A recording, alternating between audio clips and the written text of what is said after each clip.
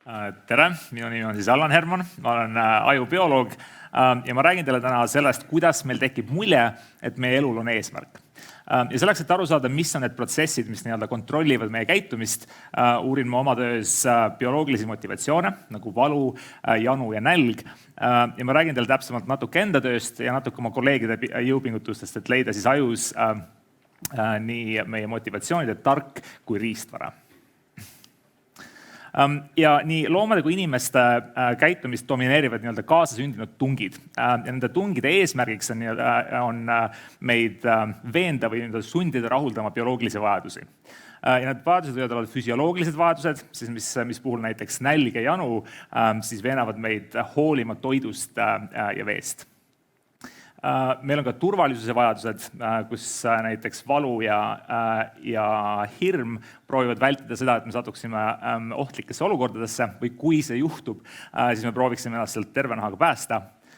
Ja lõpuks meil kõigil on ka paljunemisvajadused nagu seksuaaltung, vanemlik hool ja erinevad sotsiaalsed interaktsioonid, mis siis peab mingil kujul garanteerima selle, et me liigina säiliksime.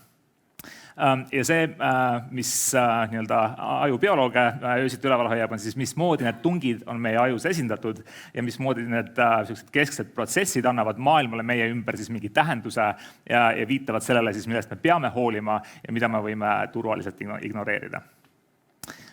Nüüd nendel küsimustel ja nende küsimustele vastuse otsimisel on ka täiesti praktiline dimensioon. Nimelt probleemidel motivatsiooniliste närvivõrkudega, need probleemid põhjustavad olulise osa meie neuroloogiliste haiguste haiguskoormusel. Ehk siis, kui me tahame õppida, et kuidas ravida haigused nagu krooniline valu, erinevad neuropsühhiaatrilised haigused, siis me peame aru saama, kuidas need protsessid toimuvad terves ja normaalses ajus. Ja sellest ma ka täna mõne minuti jooksul räägin. Ja ma räägin teile täpselt 3 asjast. Kõigepealt, kuidas lokaliseerida neid motivatsioonilisi protsesse meie ajus. Teiseks, mis on nende motivatsiooniliste protsesside arhitektuur ja mis on nende elementaarosakesed, ehk siis tänu millele, mis on see tarkvara, tänu millele me üldse midagi tahame ja kuidas seda leida. Ja viimaks ma räägin sellest, kuidas me saame seda riistvara hakata otse aiu tarkvara juurde kirjutama ja kuidas me saame kontrollida neid protsesse, kontrollida nende motivatsiooniliste protsesside riist ja tarkvara otse ajus. Üks eelmise sajandi ajubioloogia võib-olla tähelepanuväärsemaid saavutusi oli märgata, et motivatsioon on võimalik ajus anatoomiliselt lokaliseerida. Ja see osutus võimalikuks tänu aju lõikumis- ja stimuleerimiseksperimentidele. Ja kuskil 1940. aastatel mitu gruppi Ühendriikides näitas, et kui lõigata närilistel sügavaid ajutuumasid, siis kindlate ajukeskuste kahjustumisel võivad närilistel tekkida kas siis pidurdamatu isu või siis vastupidi täielik isupuudus. Nii et see mu laserpointer kahjuks väga hästi ei tööta, aga loomadel, rottidel võib tekkida nagu plahvatuslik kehakaalu kasv tänu sellele, et nende isu on kadunud tänu kindlatele ajukahjustustele, mis siis viitab sellele, et meil on kindlad ajuprotsessid, mis võivad jooksutada või siis pärssida kindlate motivatsioonide avaldumist.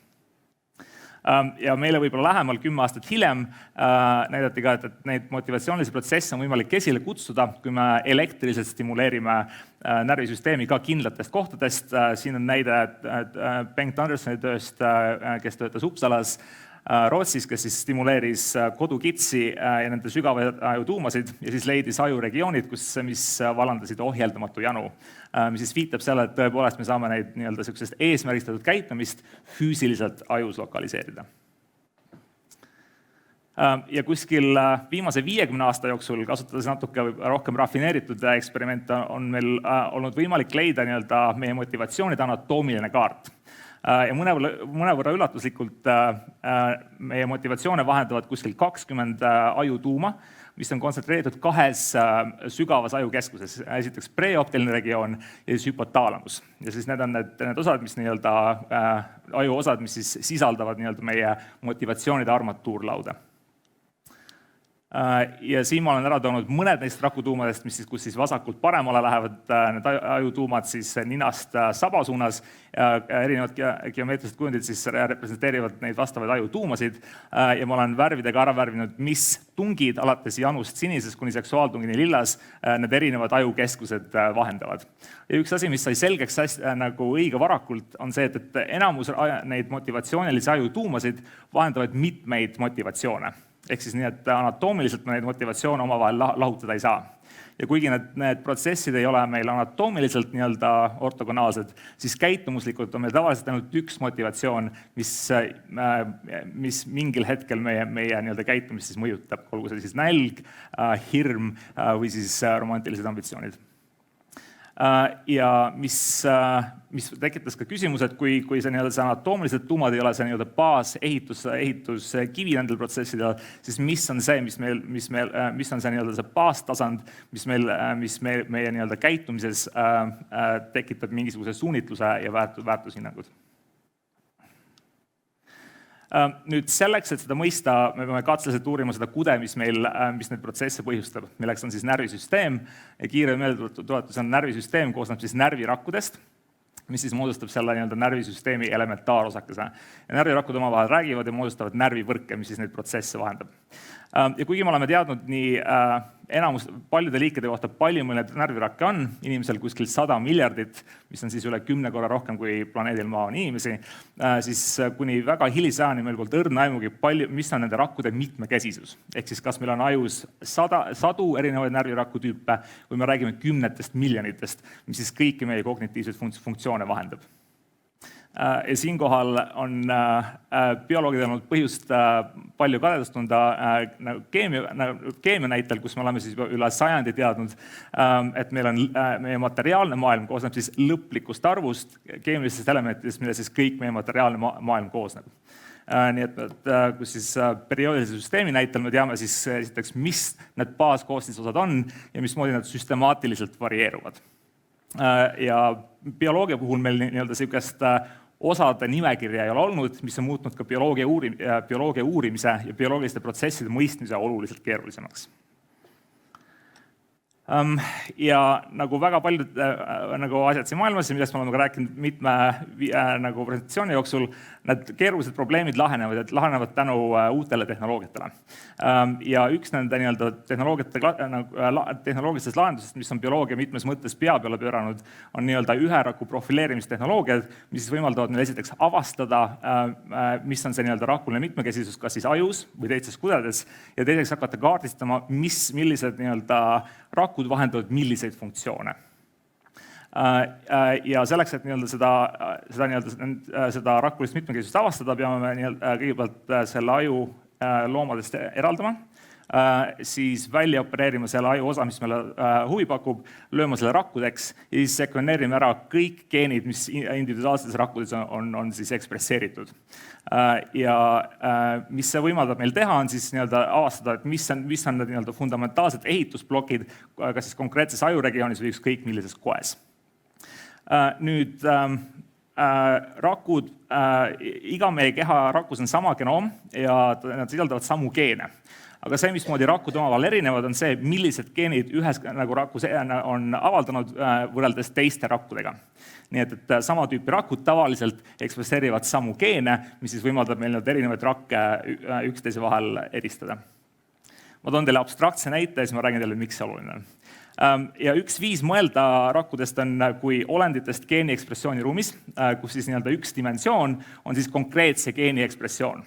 Ja kuivõrd samad rakutüübid ekspresseerivad samu geene, siis selles geeni ekspressiooni ruumis meil hakkavad tekkima samadest rakkudest klastrid. Nii ja kasutades suhteliselt lihtsat andmeteadust, me võime avastada, mis on need klastrid selles geeni ekspressiooni ruumis ja läbi selle avastada, mis on selle koe rakuline mitmekesisus.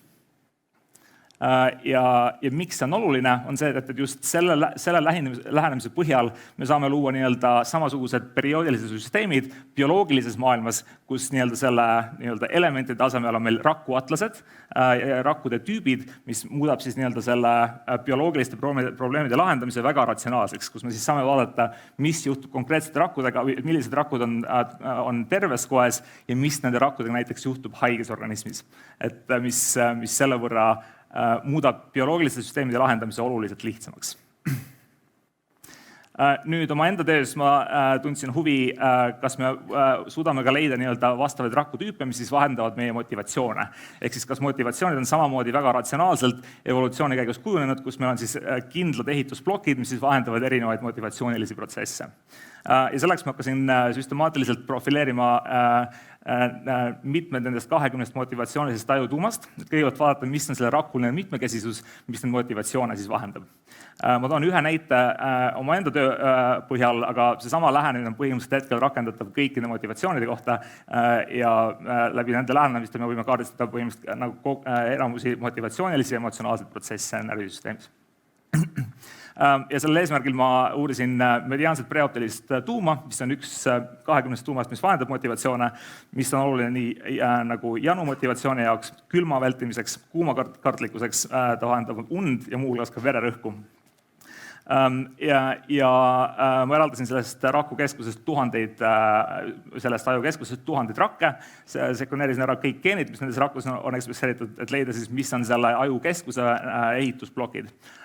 Ja siin ma näitan teile selle analüüsi tulemusi, kus siis selles graafikul on iga punkt on rakk, kus ma olen selle geeni ekspressiooni surunud siis 2 dimensiooni ja iga erinev närviraku tüüp on siis erinevat värvi. Nii et selle analüüsi tulemusel ma leidsin, et selles ajutuumas on kokku 12 erinevat rakutüüpi. Ja see küsimus, mis mul oli see, et kas me saaksime hakata kaardistama, mismoodi erinevad motivatsioonid kaardistuvad selle aju ehitusblokkidele.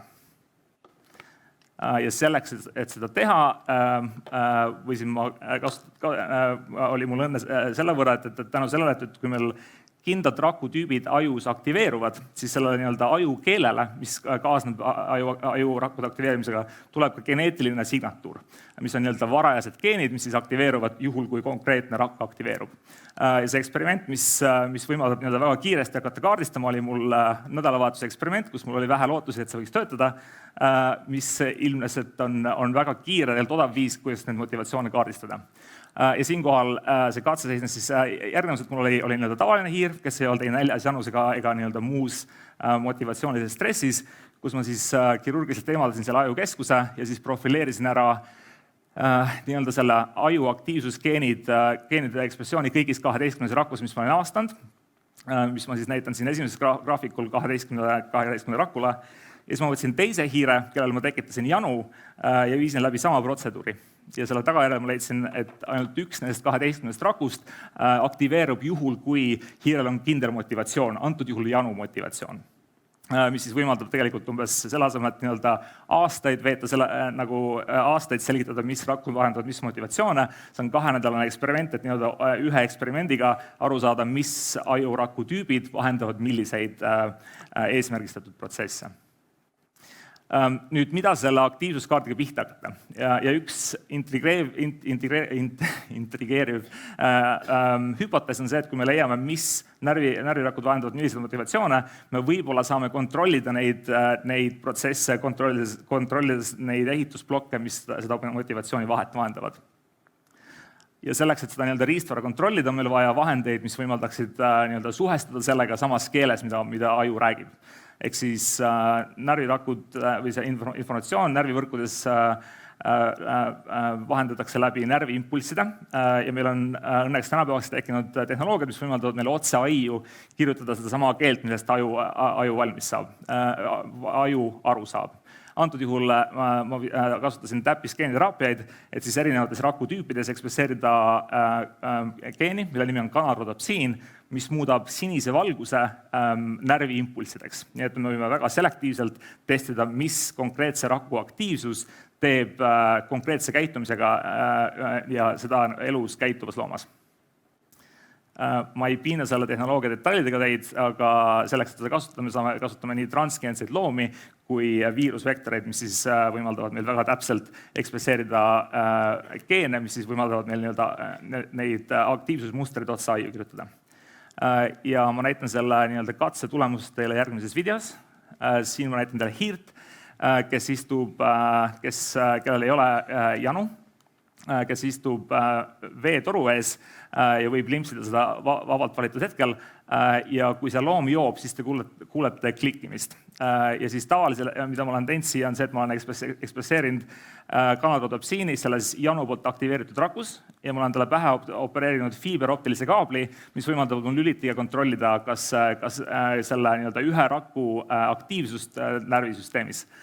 Nii et kui tavaliselt see loom huvi vee vastu ei tunne.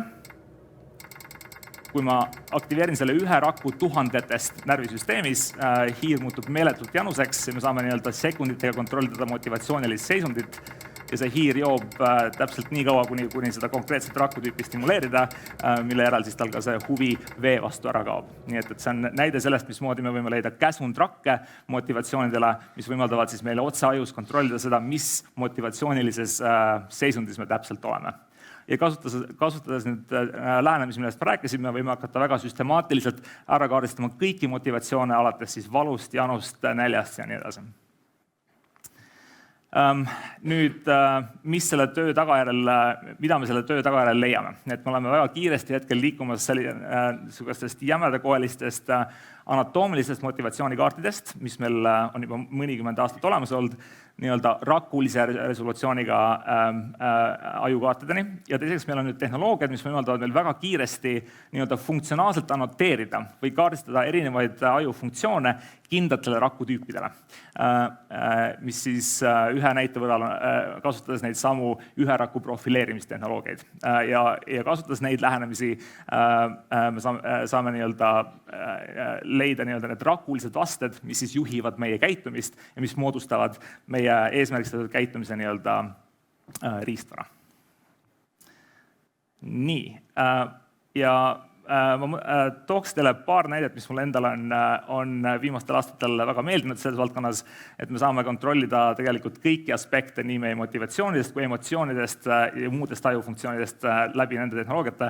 Need on võib-olla lahendused, mis on laborites juba olemas olnud umbes viimased 10 aastat ja see lootus, et me saame neid rakendada ka inimestel, ma arvan, on mõnede aastate kaugusel.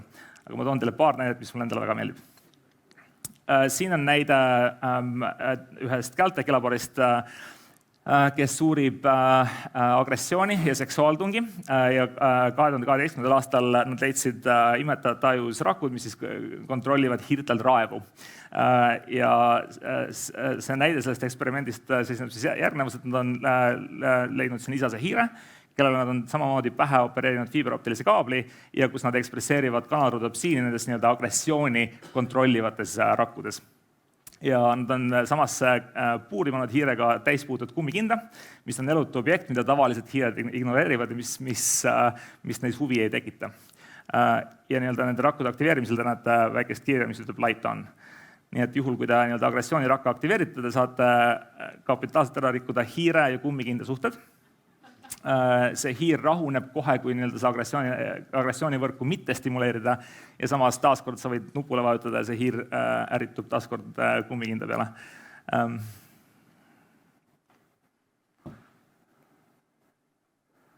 Ja mida me oleme tänapäevaks õppinud selle kohta on, et meil on imetajates olemas väga kindlad närvivõrgud, mis kontrollivad meestevahelist agressiooni, meeste ja naistevahelist agressiooni mõlemas suunas, kui ka vanemate ja lastevahelist agressiooni.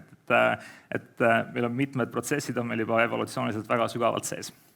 Kas need häirivad meid või mitte? Ja teine näide, kuna me oleme majanduskonverentsil, siis mis mulle endale on hiljutisest kirjandusest väga meeldinud, on näide sellest, et meie soov omada asju ja suhestuda asjadega on tegelikult evolutsiooni käigus väga vana. Ja see on näide ühest Lõuna-Korea tööst, kus teadlased leidsid sügavates ajutuumades närvivõrgud, mis kontrollivad siis vajadust suhestuda elutute asjadega. Ja siin on näide, milles seisneb. Siin on katse, kohe te näete katset, kus on hiir, kes on pandud kõrgele platvormile, kellele siis asja himu närvivõrke stimuleeritakse ja pakutakse talle võimalust suvastuda punase kuubikuga. Nii vaatan, kas...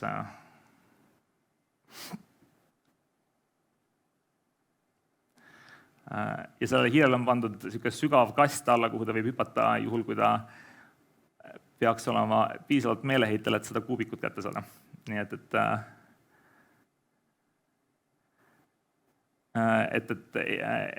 et olukorrad, kus on, nagu ütleme, et loomad ignoreerivad kõrgust ja muid ohte selleks, et seda asjade himu endal rahuldada.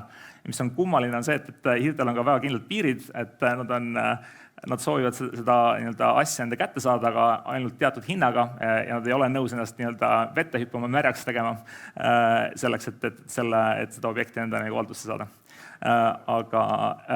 Aga mis selle närvivõrkude olulisus on hiirtes on hetkel suhteliselt ähmane, aga sellega on võimalik teha huvitavaid aspekte, kus on võimalik automaatselt juhtida hiire käitumist, pannes talle väikse rosina nina ette ja siis nagu peal paiknevate mootoritega suunata seda, kuhu hiir soovib minna. Et neid tunge on erinevaid ja need süsteemid on suhteliselt nüansirikkad. Nii, aga siis kokkuvõtteks ma rääkisin teile sellest, kuidas me võime motivatsioonilise süsteemi ajus füüsiliselt lokaliseerida. Ma näitasin teile, kuidas närvirakkude tüübid on siis motivatsioonide elementaarosakesed ja kuidas me saame nüüd kiiresti kaardistada neid närvivõrke, mis erinevaid motivatsioone ja käitumisi meie ajus vahendavad. Ja viimaks, juhul kui me teame, mis on need närvivõrgud meie ajus, mis vahendavad erinevaid funktsioone, me saame neid funktsioone kontrollides neid samu elementaarosakesi otse meie närvisüsteemis. Ja oma enda laboris hetkel Texases ma uuringi, kuidas on erinevad valumodaalsused ajus esindatud ja kuidas me saame täppisgeeniteraapiatega need ratsionaalselt muutma hakata. Aga sellega ma lõpetan, tänan teid tähelepanu eest ja vastan hea meelega küsimustele.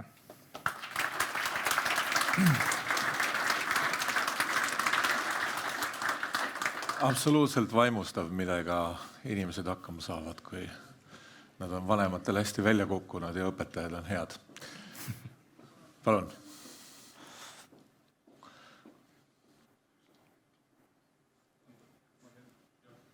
Kas see töötab või? Ja. Professor Viigimaa peab ootama vist natukene. Mul on rohkem, ma ei tea, kas küsimus või kommentaar, et ma kuulasin seda ettekannet ja on küsimus olnud siin, et kes päästab maailma. Ja äkki tundub, et teie päästategi. Sellepärast, et ma võtan täitsa sellise meelevaldse näite, et ma ei tea, miks mulle pähe tuli, aga kui selle rotti saaks asendada näiteks Vladimir Putiniga ja kui me asendaksime ära näiteks agressiooni, nagu te ütlesite, kas siis näiteks äkki une või te ütlesite veel paremini romantiliste ambitsioonidega, siis oleks ju maailm palju parem paikus elada.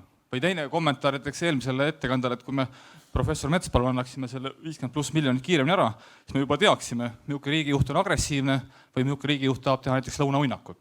Et oleks ka kuidagi kergem elada. Aga nüüd tuleb kindlasti härra Viigimaalt asjalikum küsimus, aga minu oma võite ka kommenteerida. Ma võib-olla märkuseks ütleks, et enamus nendest tehnoloogiatest on veel laboratoorsed tehnoloogiad, mis eeldavad nõusolekut ajukirurgiga, mis ma eeldan, et meil on õigus seda teha ja sellesse sekkuda, aga jah, see on huvitav mõte. See oli suurepärane ja inspireeriv ettekanne, et ma mäletan, kui me tegime seda TalTechi innovatsioonikonverentsi, et siis ka see tekitas tohutut vastukaja. Innovatsioon on see, mis viib elu edasi, nagu Kuno ettekandes oli, et see on kõige alus. Mul tuli selline mõte, et kes valitseb maailma? Maailma valitseb terve inimene. Haige inimene ei hakka kunagi maailma valitsema, nimesid nimetamata. Aga innovatsioonist, et siin jäi nagu kõlama, et perearst tegeleb viinasokkide ja Eestis ja nii edasi. Et Eesti on ikkagi, ma pean selle ära ütlema, meie innovatsioon tervise ja tervishoiu valdkonnas on väga-väga maailma nii-öelda juhtpositsioonil. Et Andresega oleme siin teinud seda, Metspaluga, südame-veresoonkonna haiguste personaalpreventsiooni projekti, kus me võtame arvesse geeniandmed, kus ma praktilise arstina ütlen, et saades teada oma polügeensest riskiskoorist ja kõik me saame sellest varsti teada, meil hakkab olema labori analüüsi juures ka see geneetiline siis polügeenne riskiskoor, see muudab väga-väga palju. Me täna juba teame näiteks, et mis inimesed, kes saavad rohkem kasu näiteks kolesterooli langetamisest statiinidega või siis ka uute bioloogiliste ravimitega, kellel võivad tekkida rohkem kõrvaltoimed. See on tohutu edasiminek. Näiteks meie tervise infosüsteem, mis on praktiliselt ainukene riik maailmas, kus on üleriigiline tervise infosüsteem. Millega me praegu tegeleme, on see, et tekiks perearsti eelvisiit, et mitte, et patsient tuleb, helistab ja tahab tulla, vaid ta täidab ära väga sellise struktureeritud küsimustiku, kõigepealt kas see on uus haigus, kas see on mingisugune värskelt tekkinud probleem või see on krooniline haigus ja sealt edasi on tehisintellektiga võimalik patsiendi poolt täidetud siis info alusel nagu lahterdada ära, et mis probleem on. Praegu meil on Eestis e-visiit, meil on Eestis e-konsultatsioon, mis tegelikult kogu aeg laienevad, arenevad, nii et ma arvan, et me saame väga-väga palju oma arstiabi teha paremaks ja lähiaastad toovad päris suure muutuse. Ka üks selline muutuse alus on, kus tekivad tervise ja tervishoiu analüütikud, selline täiesti uus siis elukutse, mis on selline vaheaste siis patsiendi, õe, arsti vahel ja nende tohutute terviseandmete vahel, nii et me saame neid palju paremini kasutada. Aitäh, väga inspireeriv ettekanne. Aitäh. Kiireks kommentaariks ütles ka, et võib-olla elan nii Ühendriikides kui Eestis, siis Eesti tervishoiusüsteem on väga hea ja eelkõige tänu kättesaadavusele, et meil ei ole seda probleemi, et meil inimestel on hirm minna EMO-sse ja mujale, et tänu sellele, et see maksab liiga palju, et tegelikult Eestis on tervishoiuga asjad päris hästi. Kas on veel küsimusi või pikemaid kommentaare? Kui ei ole, siis mina tänan ja